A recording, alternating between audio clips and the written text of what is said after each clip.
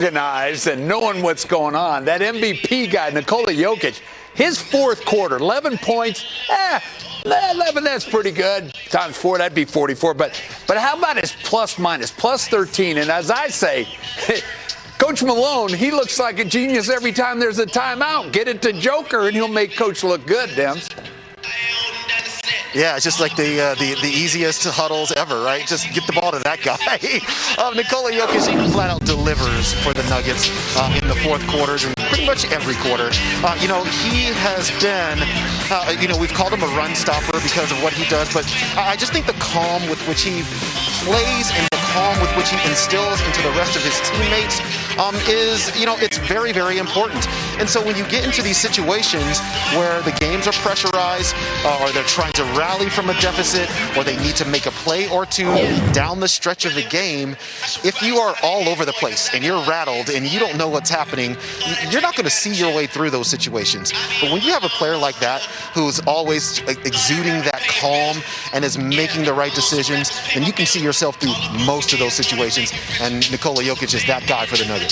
Yeah, Dems, we're used to talking about double-doubles when it comes to Nikola Jokic, triple-doubles even. But Jamal Murray recorded himself a double-double in that game against New Orleans. What did you see from him in terms of assisting his teammates in that one? Yeah, I loved his entire floor game the entire night, Katie, against the Pelicans. And for Jamal Murray, it's a situation where, he's still a point guard. I mean, that's still his position. And he is very capable at doing the things that point guards need to be done. And so one of the things is just keeping your offense on schedule. And so that's what I think he did the best. We're not going to see a bunch of fancy stuff in this video right here. What you're going to see are plays being made, defenders being drawn, balls being delivered on time, on target for his teammates to be able to knock in shots. And that's what a point guard does. Sets his teammates up, makes everybody else around him better. And I know there's a big push to say, hey, he's looks great off the ball. And yes, Jamal Murray can play well off the ball as well. But you see 11 assists later, a great offense, an offense that never got off schedule later, just exactly how valuable he is at point guard. And so a job well done by Jamal Murray. Looking forward to more of that here tonight. Dems, you remind me a little bit of the Joker. I mean, when he needed to score, he scored. When he needed to pass, he made the perfect pass. Only 2 turnovers with those 11 assists, which ties his road career high. I got a feeling you're going to see more of those assist numbers rising up with the addition of Aaron Gordon. But Jamal, he needs to have the ball in his hands too. Dems, it'll be tough tonight, too, going up against Trae Young. So a challenge at hand for Jamal Murray. We'll check back in with you, talk about the Hawks in just a little bit. Appreciate it, as always. I want to ask you, Hans, before we take our first break, do you think Jamal Murray has to think differently now, knowing those 2 new guys are coming in? Will he be an important part in integrating them into this Nugget system? I don't think so. I think he's still going to play his game. Welcome back to Nuggets Courtside. We are going to bring in a very special guest from PointsBet for you guys right now to talk a little bit about the numbers behind what we give to you each and every pregame show. I'm joined now by Jay Croucher, the head of trading at PointsBet. Jay, how are you and where are you right now? Thanks very much for having me. I'm in Denver, so pretty close. So I'm in the trading room at the moment and looking forward to talking some Nuggets odds. I love it. Okay, first and foremost, let's talk about your guys' deal, the best price in Colorado for the Nuggets to win the NBA title. Tell us a little bit about that and what people can look for. Sure. So our traders, they love the Aaron Gordon deal for the Nuggets. It gives the Nuggets that versatility, really athletic wing who can finally defend someone like my countryman Joe Ingles in the playoffs and guys like LeBron James and Kawhi Leonard as well, I guess. And so even with that, even with how confident we are that the Nuggets have really improved their championship chances, we're giving the best deal in Colorado to Nuggets bettors who want to bet on the Nuggets to go all the way and win the title. So we'll be best price on the Nuggets to win the title, and at the moment that's plus 2,500. So that means that if you bet $10, you win $250 if the Nuggets go all the way. All right. I mean, anybody who is a Nuggets fan, I'm sure will be quick to jump on that one with you guys in PointsBet. I'm curious, though, how have you seen the people become more and more involved with Nuggets bets, whether it be just your classic over-unders, or the points, or the player props that are coming from you guys as well? So most of the money will usually come in on the main spread line just because that's the main market. So most people will be betting on the Nuggets, for instance, tonight -4.5 against the Hawks. But we're seeing more and more activity on player props, particularly with what an amazing season Nikola Jokic is having. So we love Nikola Jokic at PointsBet, but he hasn't been very kind to us this year because people keep on betting on his over and he keeps on hitting his over. He's just putting up ridiculous lines all the time. And so that's a really popular one, betting on Jokic player points over under, which is set at 24.5 tonight. How do you guys set those lines? What goes into that? So a lot goes into it. I think probably the main things that people don't think of as much is pace. So how quick a team plays. There's more possessions when there's those really up and down games, more chances to get stats. Also, if players are on back-to-backs, that will be a huge factor as well. And then also just the opposition. Does the opponent give up a lot of three-pointers? Do they protect the paint? Do they protect the defensive boards? All this kind of stuff, that'll all inform the player props and the lines that we set. All right, you talked about Nikola Jokic, so I do want to wrap up this interview by talking about the MVP odds, which you guys do have at PointsBet. I believe it's Nikola Jokic that's leading the way right now. Why did you guys decide to put that on your boards? Yeah, so Jokic is the heavy favourite now. He's -110. That's his odds. That means that you have to bet $110 to win 100 on Jokic. He's far and away the leader, just with Embiid going down and LeBron going down, and just the amazing season that he's having. He's the clear favourite at the moment. And to be honest, he is the MVP. And if he keeps this up, he will be a deserving MVP. But the one thing is that the Nuggets right now are a 5 seed. And it's very difficult to win the MVP from outside the top 4 seeds, but they're 1.5 games back of the Lakers, who are in free fall with all their injuries. And so we think that if Jokic and the Nuggets can get to at least the top 4 seed in home court, then he will win MVP. Jay, appreciate the time and love hearing the push for Jokic for MVP, just as Nuggets fans, of course. That's music to our ears. Thank you so much for everything you do for PointsBet. Nuggets fans, be sure to get your hands on that best price in Colorado through PointsBet for the Nuggets to win the title odds. It's nice to hear even him say that Nikola Jokic is the MVP. Yeah, he's going to be MVP. Forget what Harden says, all that kind of stuff. But when you look at Jay, does he just kind of look like he's super smart? I mean, all these analytics and numbers, he's got it all down right there. And you also have to know a lot about the game. Whatever game you're covering, whatever game you're setting the lines for, those guys know a lot about the analytics, but also just about, he was talking about pace and how teams defend, strategy, scheme, all of that. So let's talk a little bit about Michael Porter Jr. and what he did in that last game for the Denver Nuggets.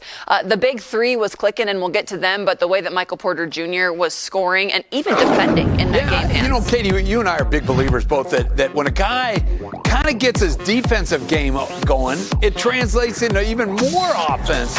And Michael Porter had both going last game. He just made it difficult. He gets those jump ball rebounds. But with his ability to knock down three-point shots, he went 5 of 6, Katie.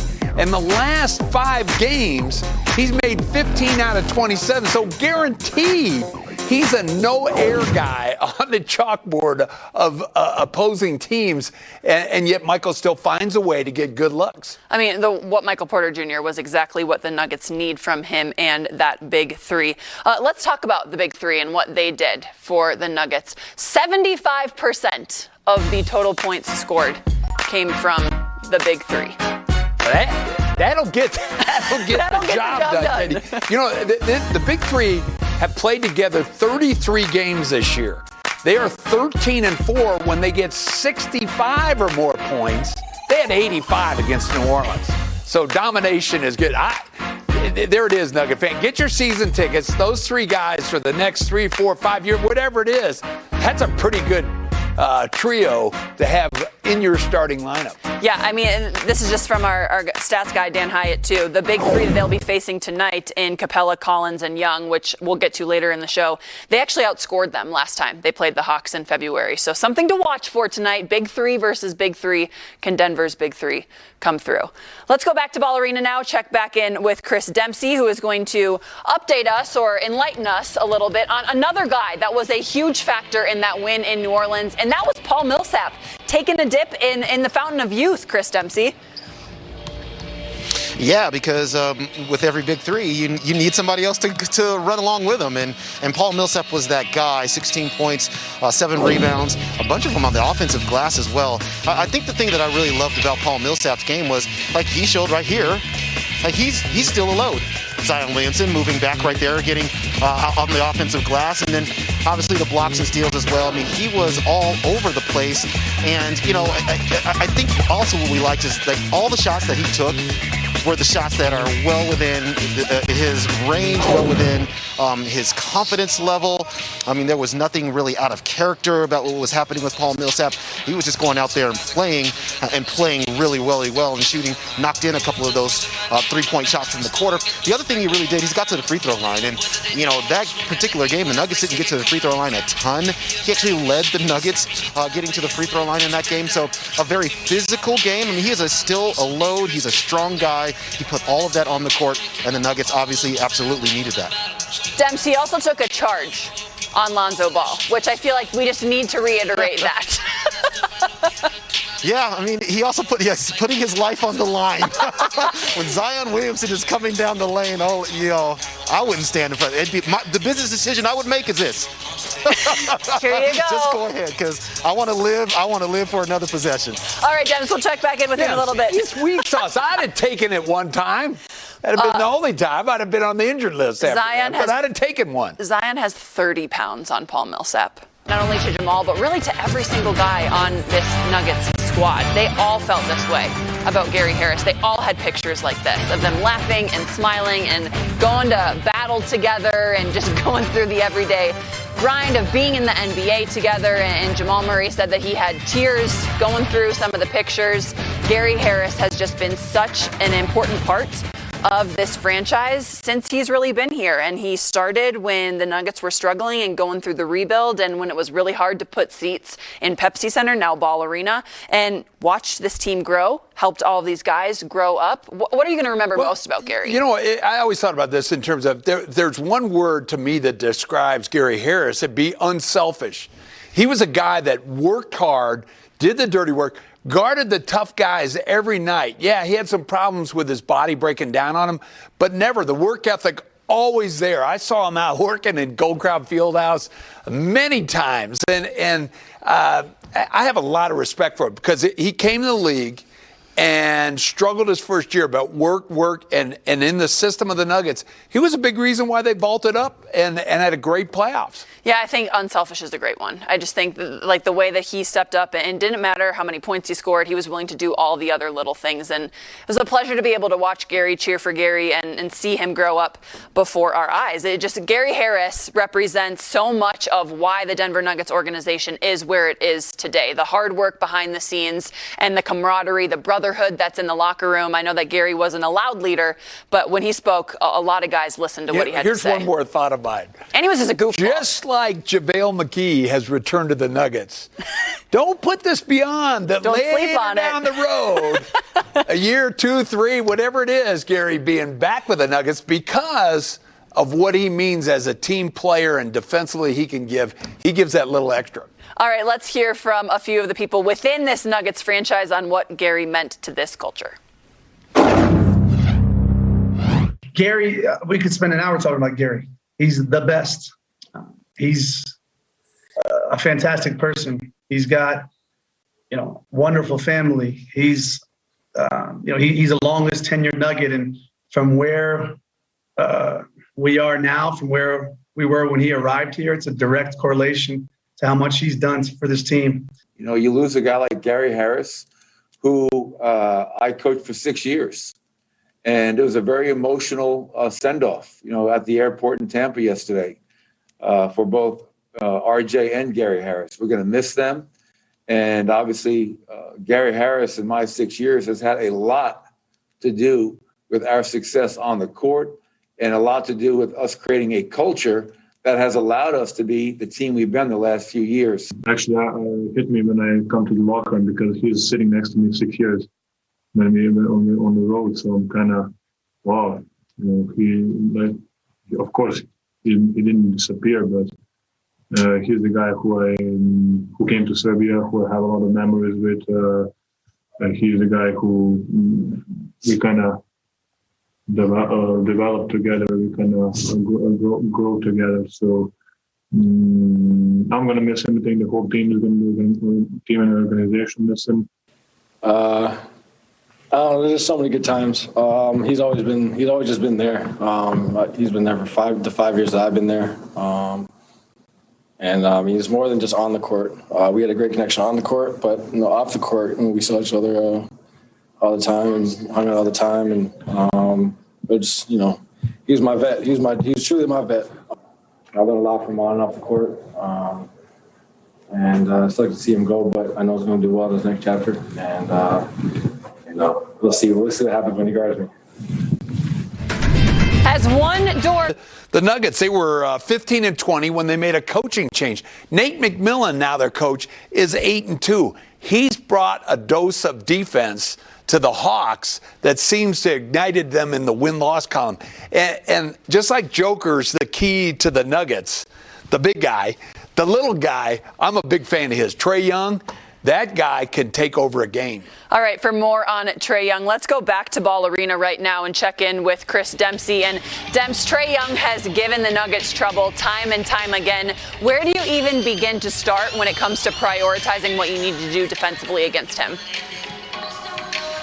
Well, I think that begins in transition and in walling off the lane because, it's one thing when he's obviously just reining in very long-range three-point shots, but it's a total nother when he's reining in long-range three-point shots and he's getting in your lane and living in your lane because not only can he finish in the lane, but he can now collapse your defense and find other shooters, and they have a bevy of players. From John Collins to Kevin Huerter to Danilo Gallinari, who's been playing phenomenally in the last 11 games. And so I think it just begins with keeping him in a space because the minute he starts to really attack and collapse your defense, now everything is open. The three's open, the drive, the finish at the rim, and then every other player who is now open because of the defense being collapsed. So that's where I would start with Trae Young.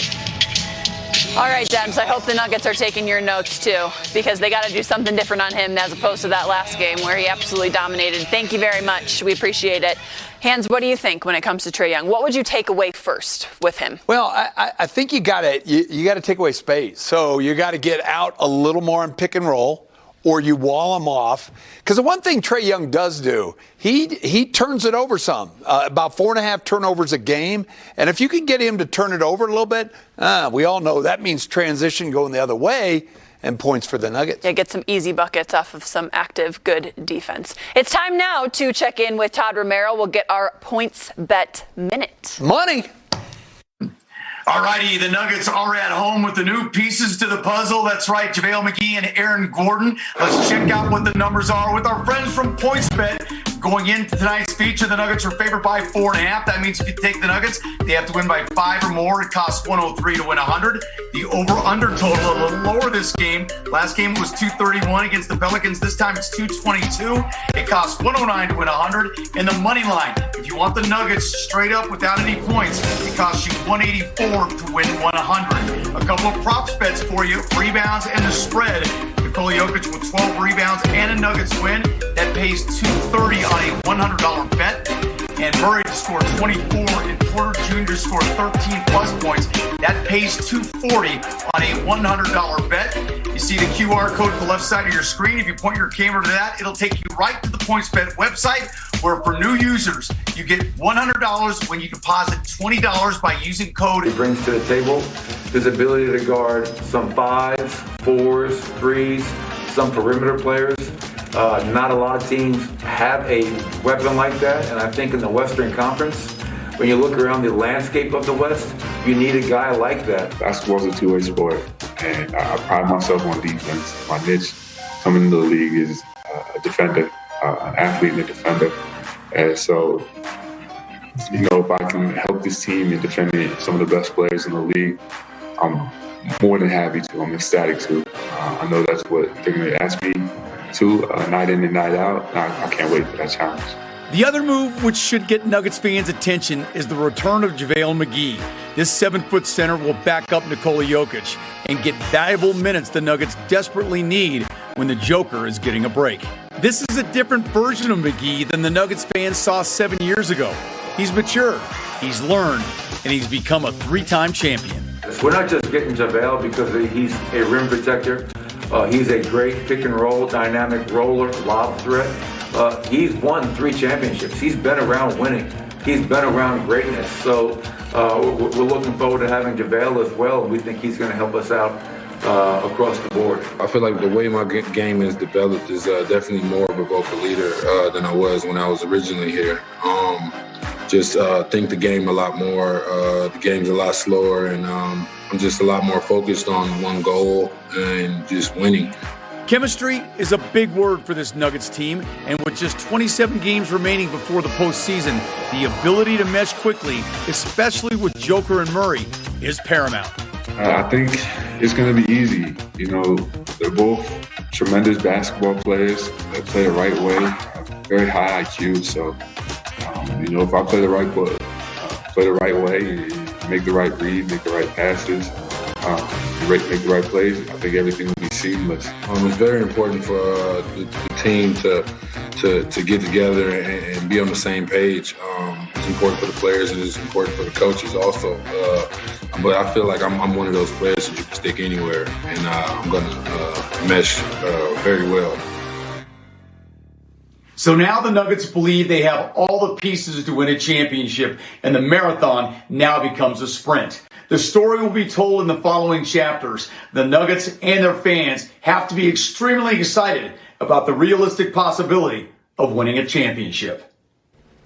There's a lot to look forward to when it comes to these two, both like on and off the court. I think both of them have very unique personalities. Aaron Gordon, what I think most Nuggets fans probably know him for is his dunk contests and how showy and flashy he is, how high he can jump, how much he can finish the alley-oop. And so we're taking a look right now at some of his best dunks. And I do want to mention this too. He's going to be number 50 for the Denver Nuggets. And part of that was him wanting a fresh start. Marcus Howard is, of course, 0-0 or 0-0 for the Nuggets.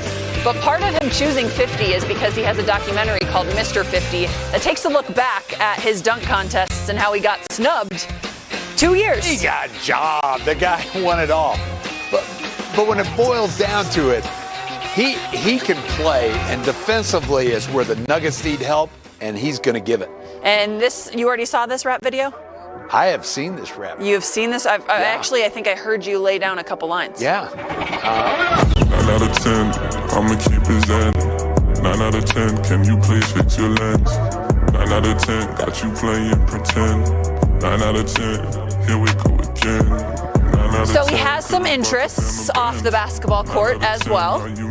I'm wondering, and I actually asked him this, if him and Will Barton might do a little collab. Because Thrill also has some studio time. He gets in there, he's laid down some tracks. Yeah. You know what I was thinking? I was thinking a little Arizona tag team because Zeke Naji plays the keyboard so well. A little combo there could be pretty interesting. I actually think that Aaron Gordon and Will Barton are going to get along swimmingly because Aaron Gordon also is a very fashionable dude. He likes to dress nicely. He has some inspiration. It's like you, he's got those holy jeans. I know. I guess those are fashion. Was wearing the holy jeans. Please, people, tweet at Bill Hanslick and let him know that holy jeans are in because anytime I wear them. What do you go get a new pair of jeans and cut them? No, you pay extra for that. You do. I'll cut them on my own and be fashionable. Anyways, I think Will Barton and Aaron Gordon are going to get along really well off the court with their recording time and their fashion. There might be a little battle right there. Okay, let's talk a little bit about JaVale McGee. He obviously very different person since the last time that he was with the Denver Nuggets, but let's take a look at some of his best moments off the court when he was a Denver Nugget before because there were some really funny things that happened.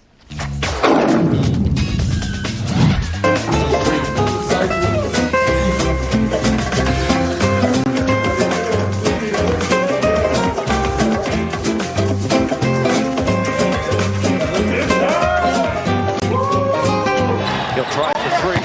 Off the mark. Look at McGee! Hustling into the front row.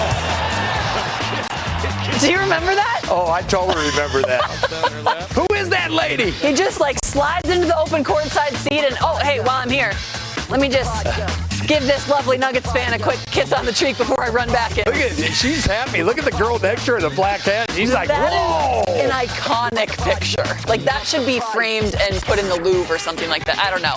But JaVale McGee has some lofty aspirations coming to the Nuggets. He posted this on his Instagram story as soon as the Nuggets made this announcement. He's already got 3 trophies. He put parentheses 4. So he's planning on the Nuggets taking home that championship. Well, he like you said, 3, and he played. It just wasn't he was on the team. He was an asset just like he's going to be for the Nuggets. They've totally upgraded their backup center position. If JaVale just rebounds and blocks shots, they're way ahead of the game.